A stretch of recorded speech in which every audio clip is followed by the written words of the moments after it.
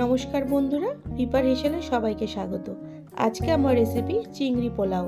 তো চলো রেসিপিটি শুরু করি। এখানে 250 গ্রাম চিংড়ি মাছ নিয়েছি। চিংড়ি মাছগুলোকে ভালো করে ধুয়ে পরিষ্কার করে নিয়েছি। চিংড়ি লেজাটাকে রেখেছি সুন্দর দেখাবার জন্য। চিংড়ি পোলাও বানানোর জন্য আমি এখানে 2 কাপ গোবিন্দভোগ চাল নেব।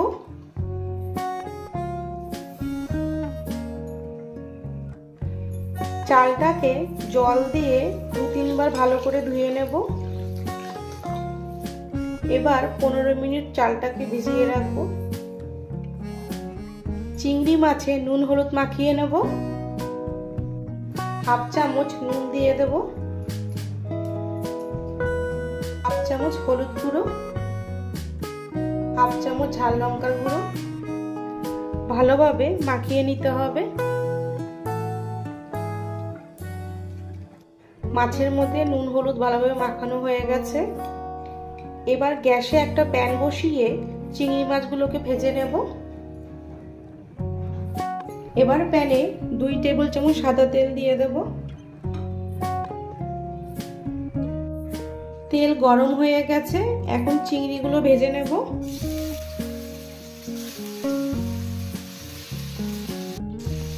চিংড়ি মাছগুলো হালকা করে ভেজে নেব, বেশি কড়া করে ভাজবো না, তাহলে শক্ত হয়ে যাবে। গ্যাসের ফ্লেমটা লোতে রেখে চিংড়িগুলো ভেজে নিয়েছি, এবার তুলে নেব। এবার প্যানে 85 ml সাদা তেল দিয়ে দেব। ফোড়নে দিয়ে দেব 4 টুকরো দারচিনি, 5-6টা ছোট এলাচ, 4টে লবঙ্গ। ফোড়নটাকে একটু ভেজে নেব।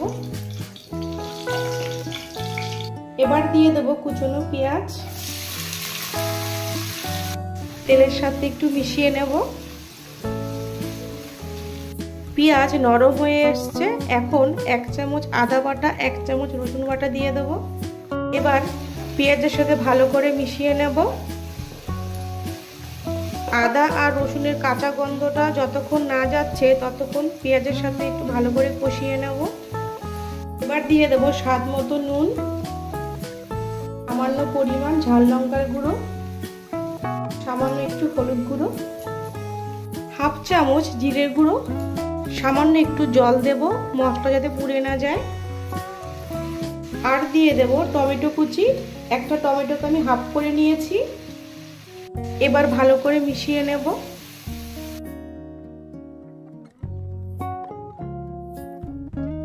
মশলা থেকে তেল যতক্ষণ আলাদা না হচ্ছে ততক্ষণ মশলাটাকে ভালো করে কষিয়ে নেব। এবার দিয়ে দেব কিশমিশ,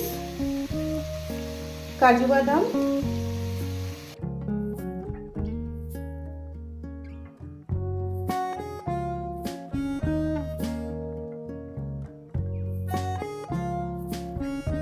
মশলার সাথে ভালো করে মিশিয়ে নেব।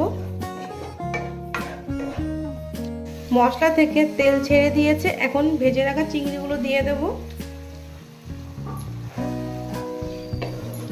মশলার সাথে ভালো করে মিশিয়ে নেব। সামান্য একটু জল দিয়ে 2 থেকে 3 মিনিট রান্না করে নেব।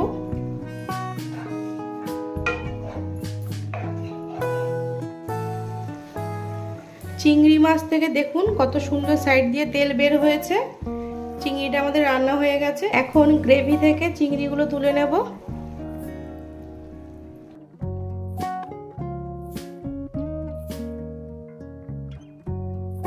সবগুলো চিংড়ি মাছ তুলে নিয়েছি।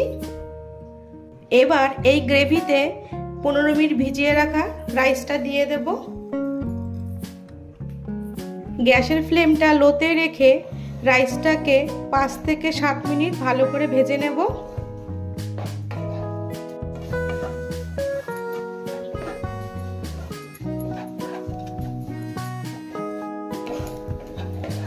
চালটা দেখুন কতটা ঝরঝরে হয়েছে। এরকম ঝরঝরে যখনই হবে তখনই বুঝে নিতে হবে চাল ভাজাটা পারফেক্ট হয়েছে। এখানে আমি যে কাপ দিয়ে চাল মেপেছি সেই কাপ দিয়েই 3 কাপ গরম জল দিয়ে দেব।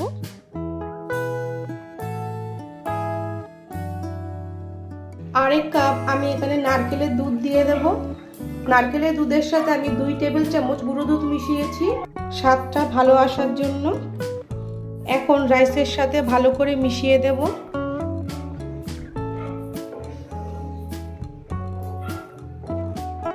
এখন রাইসে 1 চামচ নুন দিয়ে দেব।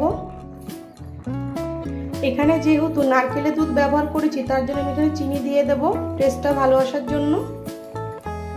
কয়েকটা চেরা কাঁচা লঙ্কা দিয়ে দেব। গ্যাসের ফ্লেমটা লো রেখে 10 মিনিট রান্না হতে দেব।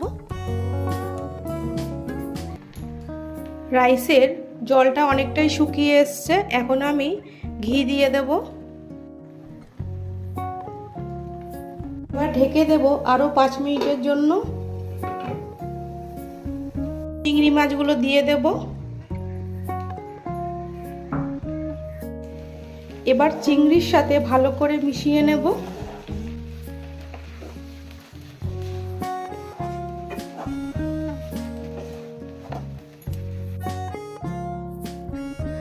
আরো 7-8 মিনিট দমে বসিয়ে রেখে দেব। দেখুন কতটা ঝরঝরে হয়েছে পোলাওটা, কত ভালোভাবে সেদ্ধ হয়েছে।